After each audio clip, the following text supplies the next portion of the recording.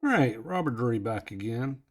On my quest to get to 2200, I have hit a few roadblocks. I've played some poor chess. At one point, I had dropped all the way down to 1825, and now I've been trying to climb my way back. I am at 2003, but I have a long way to go. But let's see if we can get us a game in.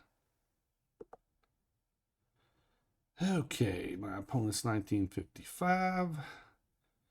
And okay, he's been on here for a few years. So let's start with B3 and Imzo Larson. And he looks like he's starting with a slab looking defense. All right, we will develop our queen side first. And we'll go ahead and develop our bishop. Okay, let's get our two pawns here in the center. Knight will be coming to e2, and to get a full hippo, my a pawn and h pawn will have to move up one. All right, here we go with our knight. He's gonna push. We'll go ahead. Let's wait on castling. We'll wait on castling. I'm not sure where he's going with this knight. I come here. I come here. That's castle. I'm gonna wait. Okay.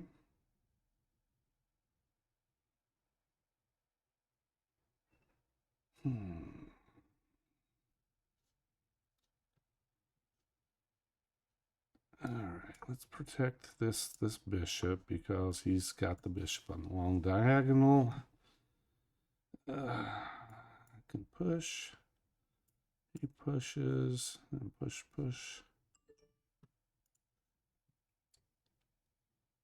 Of course, if I push and he takes, I take, he takes, then he pushes.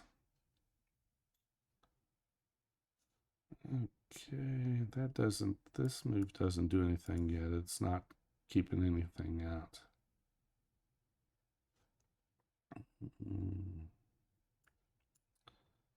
Okay, what if I push here?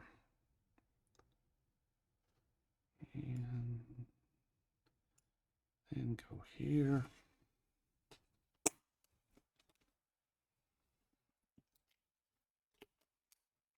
I tell you what, let's push. Now, if he takes back, we'll just take back with the pawn. Might take knight first, then pawn. We'll see.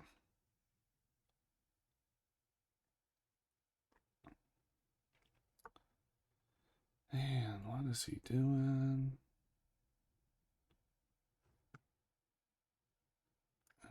Push. No. Let's go ahead and tuck in here. Let's go ahead and double protect that. That's, I don't know, maybe pointless at this point. It's kind of a weighty move to see if he's going to push. I'll just take it, but then he gets two pawns in the center. Okay, and we go do this. Now we take back this way. The reason we took back here is if he plays here, we just want to be able to hit it with a pawn, or be able to take it back. And all right, let's just trade out.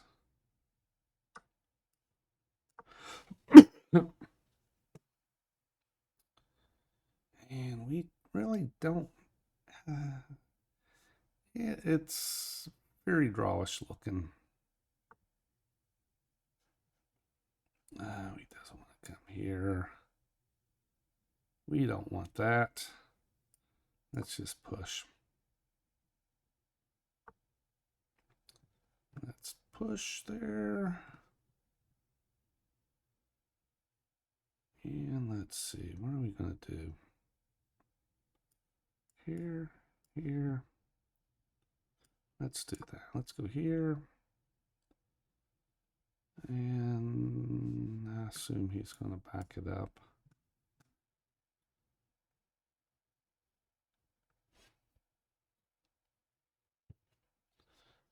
It's drawish looking at the moment. We'll come here, keep pressure on the e5 pawn. He's going to just protect.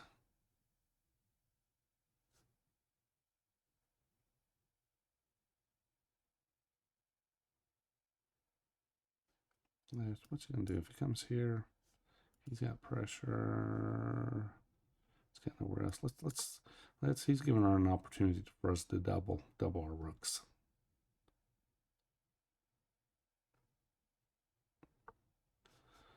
Okay, there we go. And all right, we want a pawn out of this.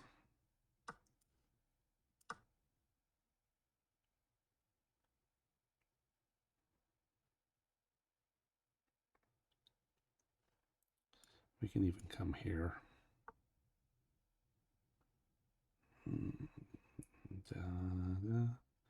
No, I can't come there. What am I talking about? I gotta come here. In there. All right, let's go here. We'll come here. Hit this, and he.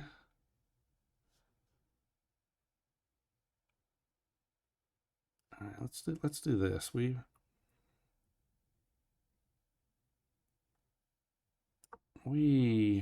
don't want him to come in like this. We're definitely coming this way if we can. And what does that do? Does that help us or hurt us if we take it? Oh, look at this. He's a clever dog.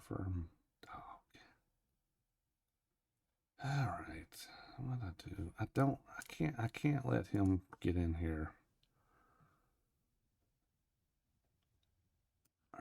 Now let's do it. Let's do it. And what's he gonna do? Drop back. What's he gonna do? All right, let's get him off the board. Oh, I don't. Oh, I don't like that. Let's go here. I don't want to go into a. I'm up a pawn, but I really don't want to go into an end game with bishop versus a knight. I don't think that's particularly good for me. All right, so he's going to come in here. No, he's not coming in there. See if we can get him to trade out.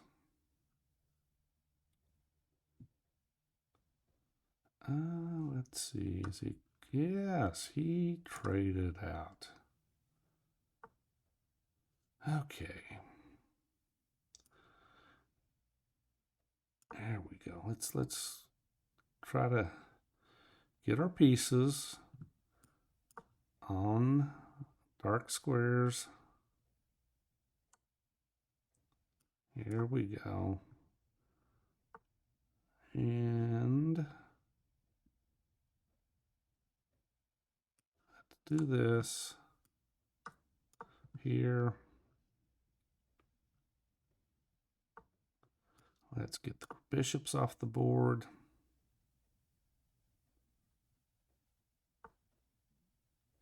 Okay. Bishops off the board.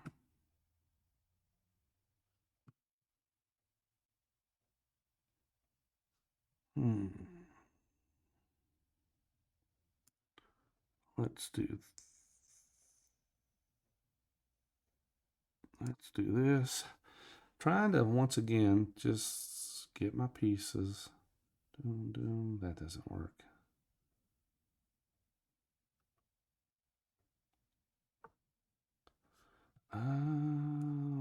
Okay.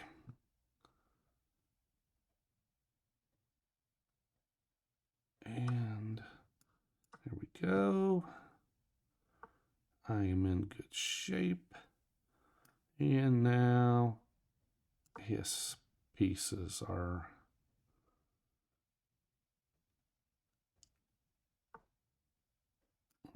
Let's go.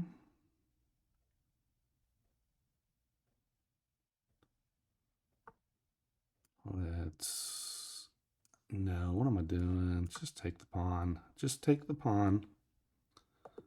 All right, he was on. Okay, let's see where we went right there. Let's look at a game analysis.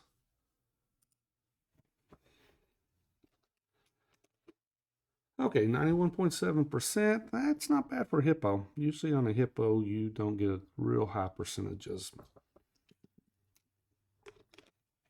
All right, but the game actually, so we start off with the Nimza Larson, is like I explained before. We start off with the B3 move in order to try to confuse them. The evaluation bar already has it is a bad move, basically, and with black as the advantage. He goes C6, which, you know, it's kind of a slab type defense. He's going to push the pawn. A lot of Carl Cam players like to play this way. Actually, in this game, I don't think he ended up pushing that pawn. Okay, and I'm coming with the Hippo. The Hippo, for those that haven't watched, I'm going to put a pawn on D3, E3, G3, H3, B3, and A3. And my knights will come into the D2 square and the E2 square, and the bishops will be unshadowed on bishop to B2 and bishop to G2. Okay, so, and he played the E-pawn move. He's not committing to two pawns in the center. And usually in the Hippo, we would prefer to see two pawns in the center, as it gives us something to latch onto with the possibility of an attack. All right, I'm continuing with the Hippo, and he unshadows his bishop, which I kind of hate this, because I always have to, many times I will mess up and I will trade this out on his terms and not my terms. And that's the key. I mean, if you're going to trade it, you want to trade on your terms, not your opponent's. And let's see. It's continuing with my Hippo setup.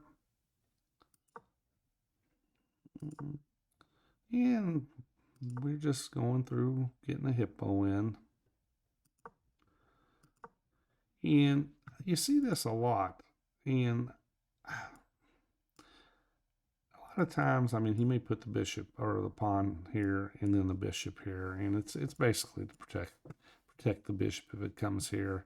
Otherwise, I'm not sure if it serves any real purpose, because if you lose the pawn, I mean, I don't know if it's really serving a purpose other than getting the rook off the A8 square and out of the line of the bishop here. All right, so I didn't have to play this move, but it's a waiting move. I'm waiting to see what he's planning on doing. He castled. All right, so at this point, the engine says just basically castle, or you can even go C4. Like I've said before, I really never know when to play C4. All right, but a castle, and now he's giving me two pawns in the center. So how do I go about this? Well, the engine's calling for B4, maybe C4, even A3, continuing the Hippo setup, or A4. It's calling for the top four choices are all pawn moves, but that is not what I play. I play the rook to B1 to protect this knight or this bishop in case this diagonal ever opens up. Computer didn't particularly think that was a worthy move, as it now has black with the advantage. He's centralizing this, bringing this rook over to a central file, and now, and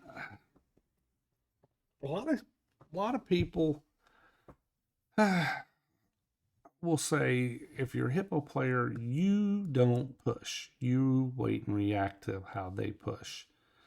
I played this move. I pushed because in my games, 9 times out of 10, my opponent is going to push, lock it up, and the reason they do that is they're thinking, well, they just shut this bishop out. But the bishop can always come back to C1. Okay, let's continue. And now he's bringing, I'm not sure, he's going to bring his knight here. Not sure what his purpose is. And mine is kind of another waiting move. I've always got to protect this pawn, it seems like, anyway. So I'll go ahead and play the move.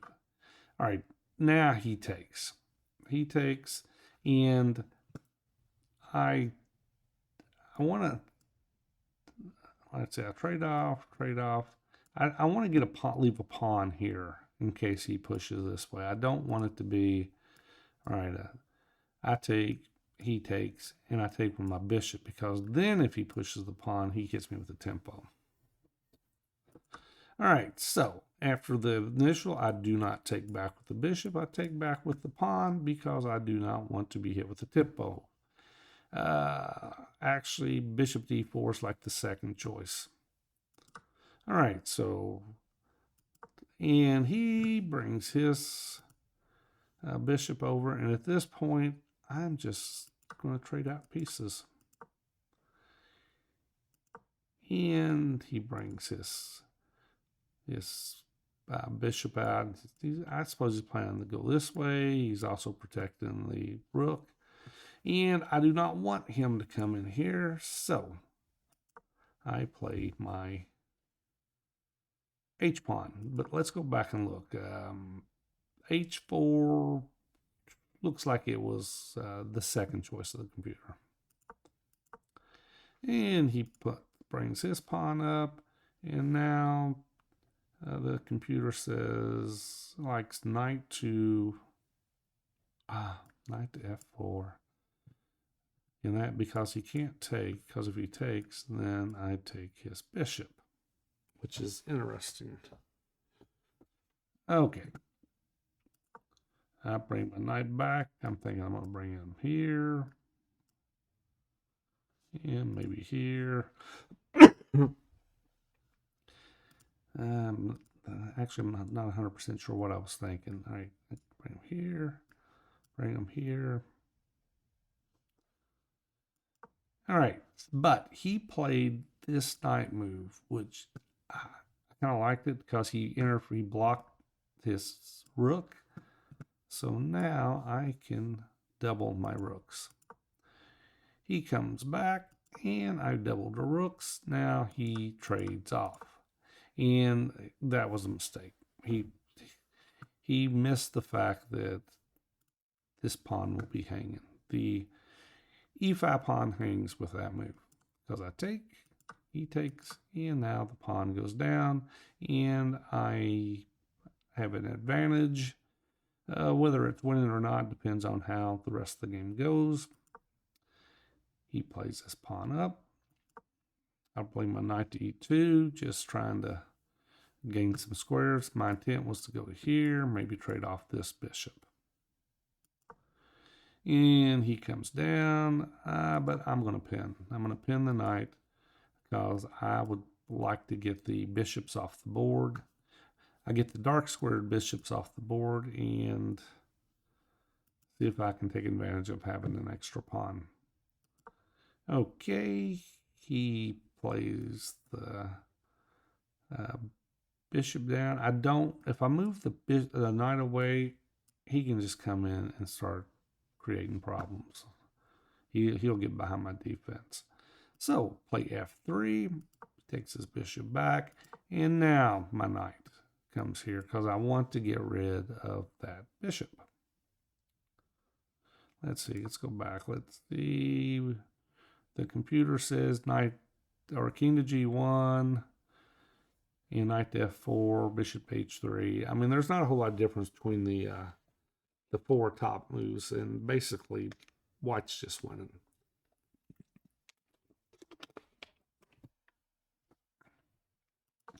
Okay, I attack the knight, and now this allows me to get the bishops off the board. And I don't want to take this, because now if he takes back, I've got a bishop versus knight. The knight's able to hit both dark and light squares. The bishop can only hit the light squares. So that would be a mistake. And I tell you what, we're on move 29, and I will come back to move 29, and I will take that bishop off, and we'll see what the evaluation bar. But I don't want to do it yet, is it will wash out my screen if I do it. And when I say wash out my screen gets real light.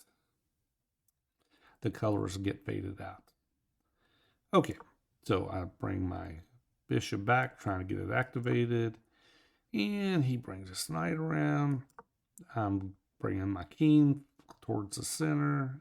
And he brings his knight. Now the computer says, take it. Take that. F takes, king to f2. I'm not so sure I would still play it in that manner. I bring my knight back, offering a trade, and he trades. I take. And now I'm going to start putting my pawns on dark squares. And I'm going to walk my king up the board. Okay, I take, takes. And my king's walking up the board. And I'm offering to trade. He doesn't want to trade. And now I'm going to try to put my pawns over here on dark squares. And he pushes, which helps me, because now I push forward, he takes, I take, and he protects the pawn, but now his pawns are solidified on white squares. I have a white squared bishop, so I can attack them, and I'm up a pawn. Engine evaluation has it as plus 6 for white right now, 6.08. And here comes my king, and then he makes another mistake, and he drops the pawn, and he resigns. Okay, well, let's go back to move 29. Okay, move 29. Let's see, was it? All right, so actually it's maybe move 28. And if I take this, I take it, he takes, I take. All right, let's say, oh, it's his move. All right, he moves back.